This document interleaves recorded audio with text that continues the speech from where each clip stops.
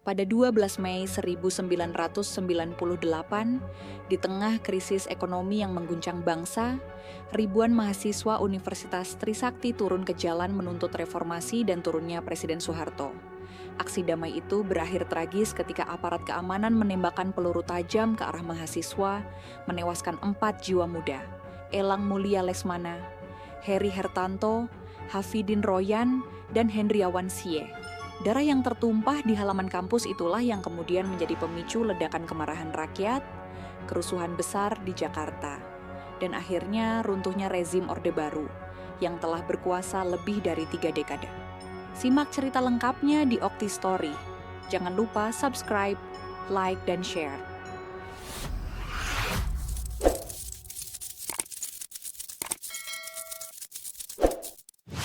Tahun 1997 sampai 1998 adalah masa yang penuh guncangan bagi bangsa Indonesia. Krisis moneter Asia menghantam keras perekonomian negara. Nilai tukar rupiah terhadap dolar Amerika jatuh bebas. Dari sekitar Rp2.500 per dolar menjadi lebih dari Rp15.000 dalam waktu singkat. Harga kebutuhan pokok melambung tinggi, inflasi merajalela, pengangguran meningkat, dan kemiskinan bertambah parah. Rakyat, terutama kelas menengah dan bawah, merasakan penderitaan yang nyata.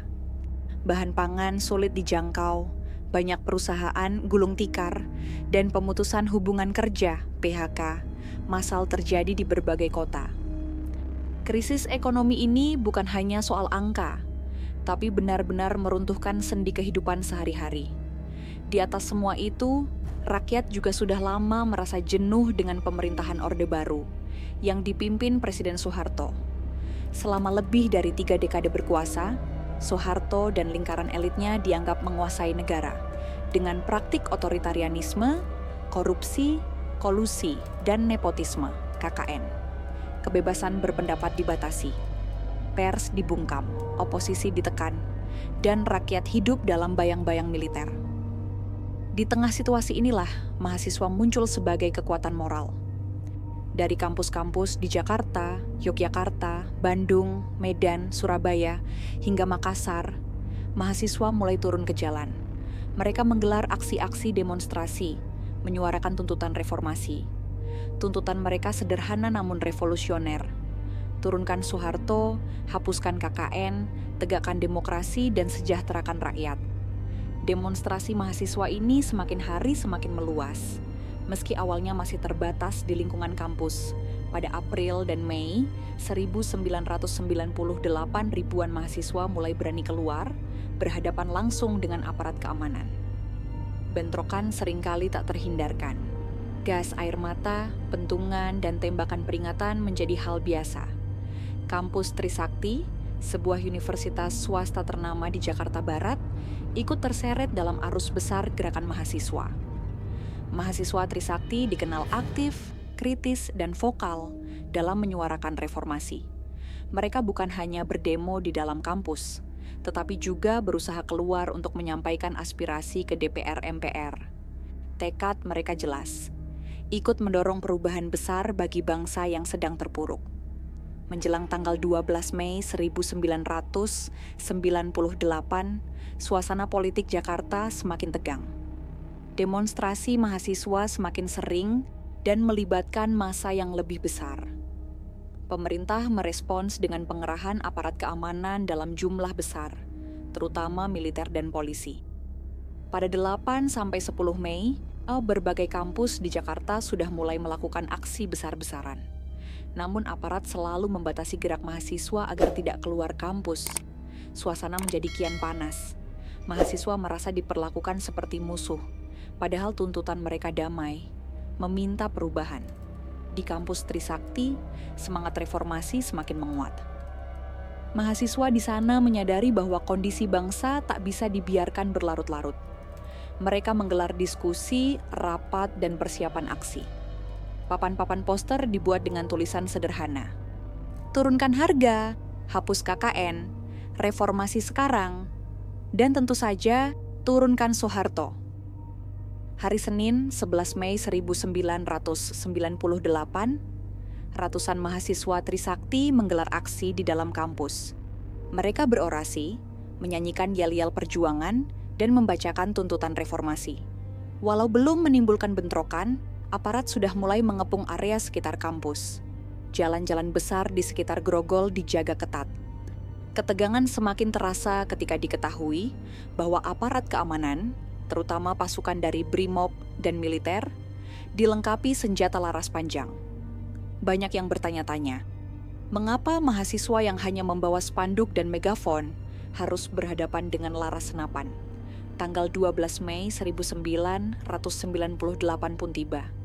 Sejak pagi, mahasiswa Trisakti berkumpul di kampus. Jumlah mereka terus bertambah hingga ribuan. Rencana mereka jelas, melakukan aksi damai, lalu berusaha long march menuju gedung DPR MPR untuk menyuarakan tuntutan langsung di depan wakil rakyat. Namun sejak pagi pula, aparat sudah berjaga ketat di luar kampus. Blokade dipasang di jalan-jalan utama.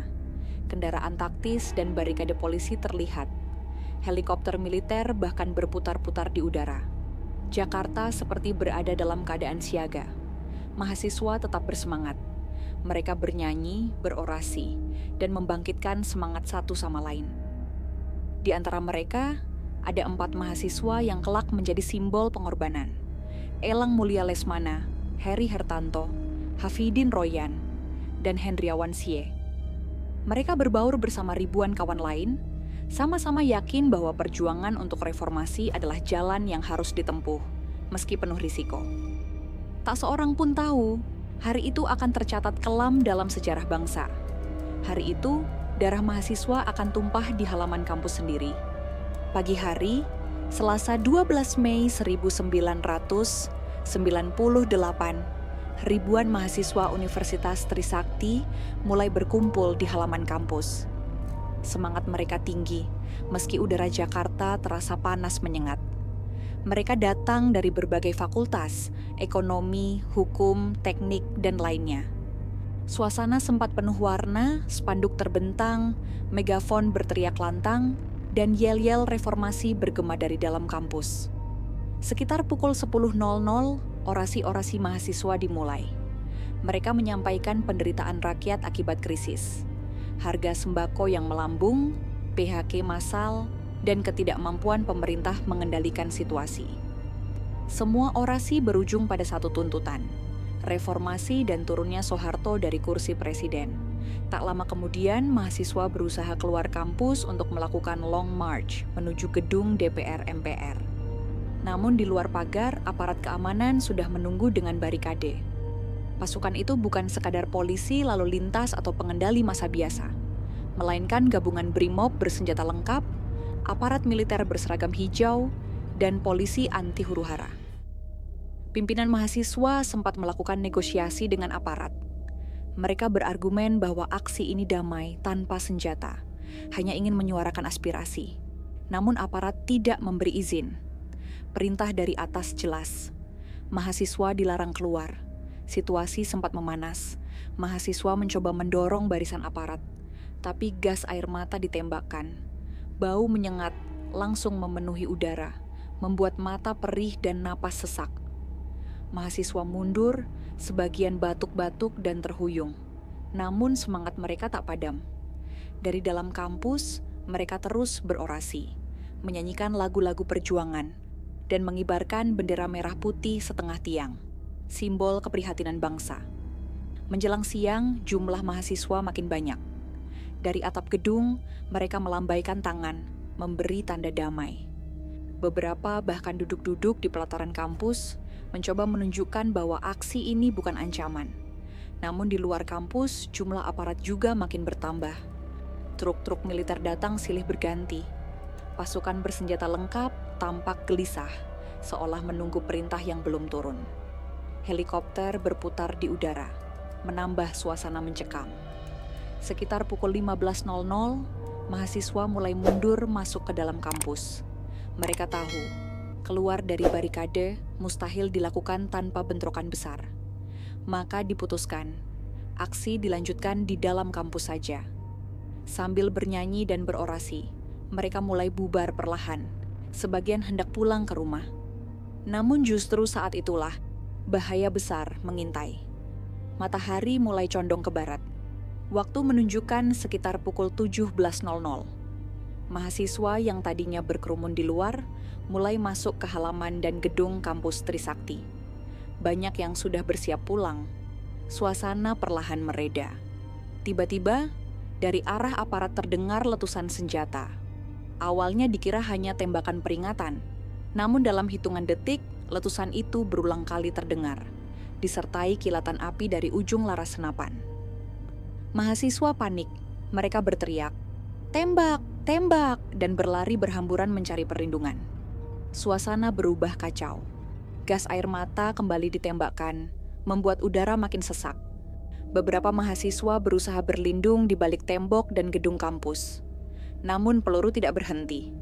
Saksi mata kemudian mengungkapkan, tembakan bukan lagi ke udara, melainkan diarahkan ke tubuh mahasiswa. Di antara ribuan mahasiswa itu, ada yang jatuh tersungkur. Elang Mulia Lesmana, mahasiswa Fakultas Ekonomi, tertembak peluru di dadanya. Ia roboh di jalan setapak, tubuhnya berlumuran darah. Teman-temannya berusaha mengangkatnya ke dalam kampus, sambil berteriak histeris meminta pertolongan. Tak jauh dari situ, Heri Hertanto, mahasiswa teknik sipil, juga terkena tembakan. Ia jatuh tak sadarkan diri dengan luka tembak fatal. Hafidin Royan, mahasiswa arsitektur, tertembak saat mencoba berlindung. Ia sempat digotong ke ruang medis darurat kampus, namun nyawanya tak tertolong. Sementara itu, Hendriawan Si, mahasiswa Fakultas Ekonomi, juga terkena peluru tajam di bagian vital. Ia meninggal setelah sempat dibawa ke rumah sakit. Dalam hitungan menit, 4 mahasiswa Trisakti gugur. Puluhan lainnya luka-luka, baik karena peluru tajam, peluru karet, maupun pukulan aparat. Suasana kampus berubah menjadi lautan tangis dan jeritan. Teman-teman korban histeris melihat darah berceceran di tanah tempat mereka biasa berjalan menuju kelas. Beberapa dosen dan tenaga medis kampus berlarian memberikan pertolongan darurat, tapi korban terlalu banyak. Di luar kampus, aparat masih siaga dengan senjata terangkat. Tak ada tanda-tanda mereka menyesal atau menghentikan tembakan. Bagi mahasiswa, ini bukan lagi sekadar represi. Ini adalah pembantaian. Tragedi itu meninggalkan luka mendalam.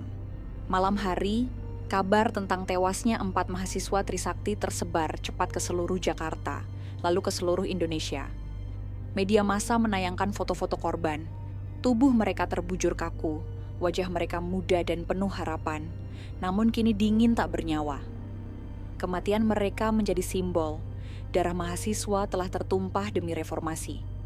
Malam itu, 12 Mei 1998, kampus Universitas Trisakti berubah menjadi lautan duka.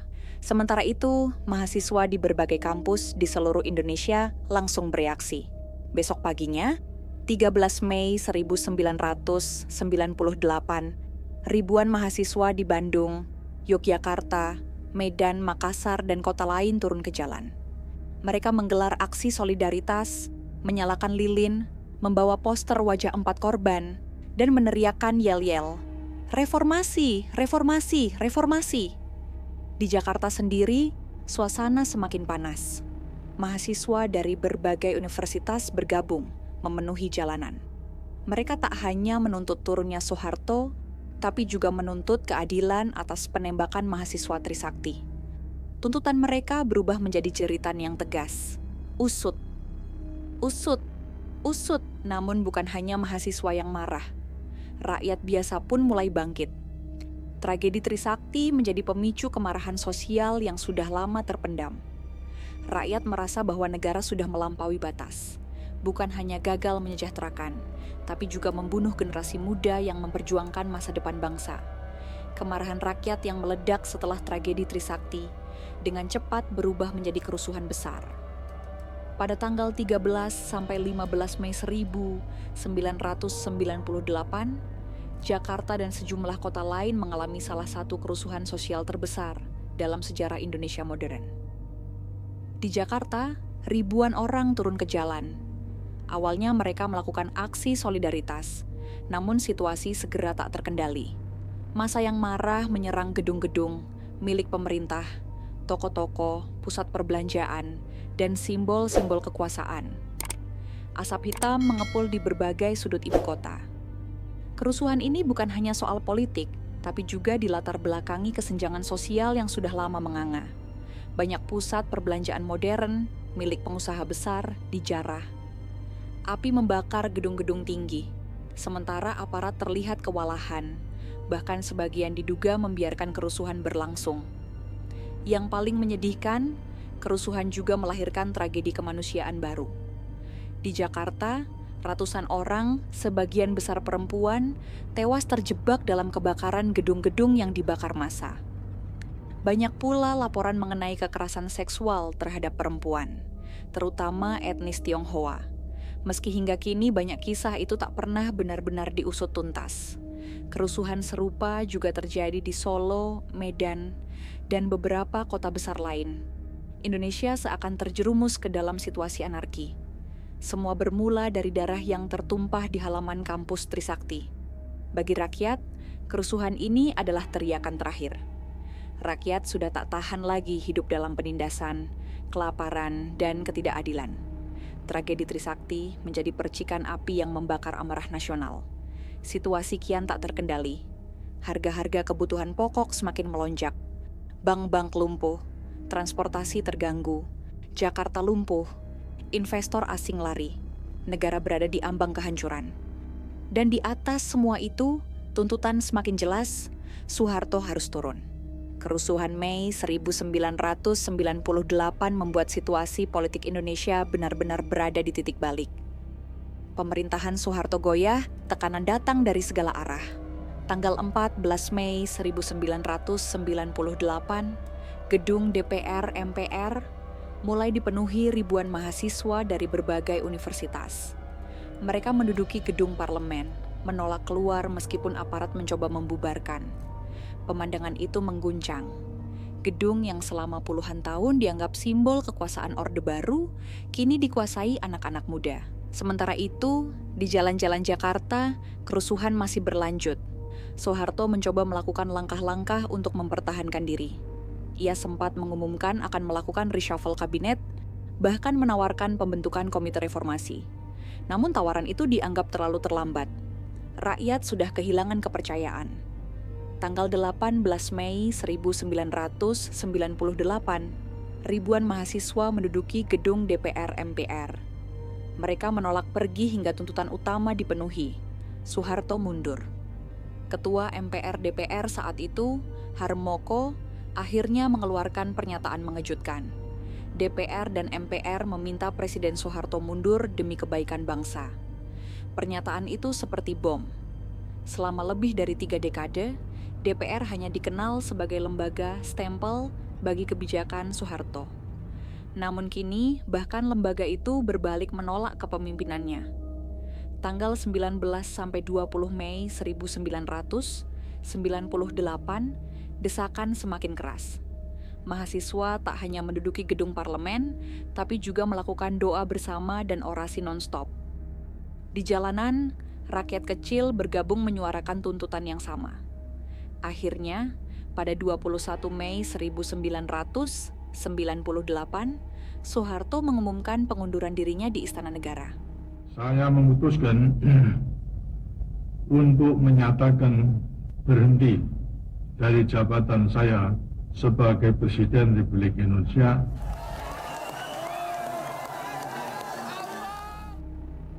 Dengan wajah letih dan suara bergetar, ia menyatakan menyerahkan kekuasaan kepada Wakil Presiden B.J. Habibie. Detik itu juga Indonesia memasuki era baru, era reformasi. Namun kemenangan ini tidak bisa dilepaskan dari pengorbanan. Darah 4 mahasiswa Trisakti dan ribuan korban kerusuhan Mei 1998 menjadi harga yang harus dibayar untuk kejatuhan rejim Orde Baru. Meski Soeharto sudah turun, luka tragedi Trisakti tidak serta-merta sembuh. Hingga kini, lebih dari 2 dekade kemudian, kasus penembakan mahasiswa Trisakti masih dianggap sebagai pelanggaran HAM berat yang belum tuntas diusut. Komnas HAM sudah beberapa kali melakukan penyelidikan. Bukti-bukti menunjukkan bahwa mahasiswa ditembak dengan peluru tajam. Namun hingga kini, tidak pernah jelas siapa yang memberi perintah menembak, siapa yang menarik pelatuk, dan siapa yang harus bertanggung jawab. Banyak dugaan bahwa penembakan itu bukan insiden spontan, melainkan bagian dari strategi untuk menciptakan kekacauan dan memicu situasi darurat. Namun semua dugaan itu tidak pernah benar-benar dibuktikan di pengadilan. Keluarga korban terus menuntut keadilan. Setiap tahun, pada 12 Mei, mereka datang ke kampus Trisakti untuk menyalakan lilin, berdoa, dan mengingat anak-anak mereka. Mereka menolak melupakan. Bagi mahasiswa generasi berikutnya, tragedi Trisakti menjadi simbol perjuangan. Nama-nama Elang, Heri, Hafidin, dan Hendriawan diabadikan di monumen dalam kampus Trisakti. Wajah mereka terpampang di poster-poster perjuangan mahasiswa. Di tengah hiruk-pikuk politik Indonesia pasca reformasi, tragedi ini selalu menjadi pengingat. Demokrasi yang kita nikmati hari ini lahir dari darah dan air mata. Warisan Trisakti bukan hanya soal kejatuhan Soeharto, tapi juga soal perlawanan terhadap penindasan, keberanian anak muda untuk bersuara, dan kewajiban negara untuk menghargai hak asasi manusia. Hingga kini, banyak pihak masih menuntut agar kasus Trisakti dibuka kembali, pelaku diadili, dan keadilan ditegakkan. Sebab tanpa kebenaran, luka sejarah itu akan terus membekas. Tragedi Trisakti 1998 bukan sekadar catatan sejarah. Ia adalah titik balik bangsa Indonesia. 4 mahasiswa yang gugur, Elang Mulia Lesmana, Heri Hertanto, Hafidin Royan, dan Hendriawan Sie, bukan hanya korban, tapi simbol. Simbol bahwa perubahan butuh pengorbanan. Dari kampus Trisakti, api reformasi menyala.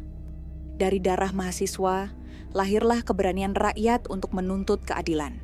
Dari tangis keluarga korban, lahir tekad agar tragedi semacam itu tak pernah terulang lagi. Indonesia kini berdiri di era reformasi. Demokrasi berkembang, kebebasan pers terbuka, dan rakyat lebih berani bersuara. Namun semua itu lahir dari luka. Luka yang bermula pada 12 Mei 1998 ketika peluru menghantam tubuh mahasiswa di halaman kampus Trisakti. Selama bangsa ini masih mengingat, tragedi itu akan tetap hidup sebagai pengingat bahwa demokrasi harus dijaga dan darah mahasiswa tidak boleh sia-sia.